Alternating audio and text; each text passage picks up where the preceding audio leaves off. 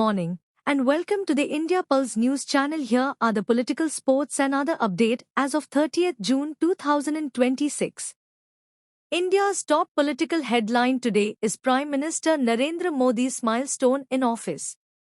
He has now become the longest-serving elected head of government in India, a development that is being seen as a major moment in the country's political history. The Prime Minister also remained in the spotlight for his ongoing diplomatic visit to Seychelles, where he attended the country's 50th Independence Day celebrations and held meetings with regional leaders, including the Prime Minister of Mauritius. The visit was presented as part of India's wider engagement with the Indian Ocean region, and the government highlighted cooperation on friendship, development, and strategic ties. At home, the political mood remains active across several states. In West Bengal, the BJP's growing influence continues to reshape the state's political map, while the opposition faces pressure to regroup after recent setbacks. The Trinamool Congress is also under scrutiny, with reports suggesting internal strain and weakening control after losing power.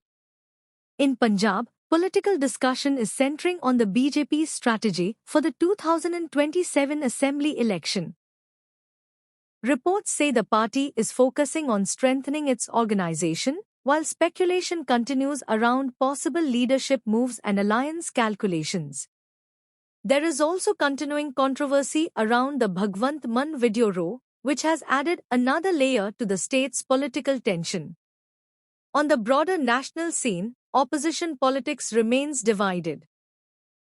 Analysts and commentary pieces say the opposition is struggling to build a strong, united front, while the BJP's recent gains have boosted its confidence ahead of future electoral battles. This has kept questions alive about how the opposition plans to respond in the run-up to the next round of major elections. Another important issue is the changing nature of regional politics.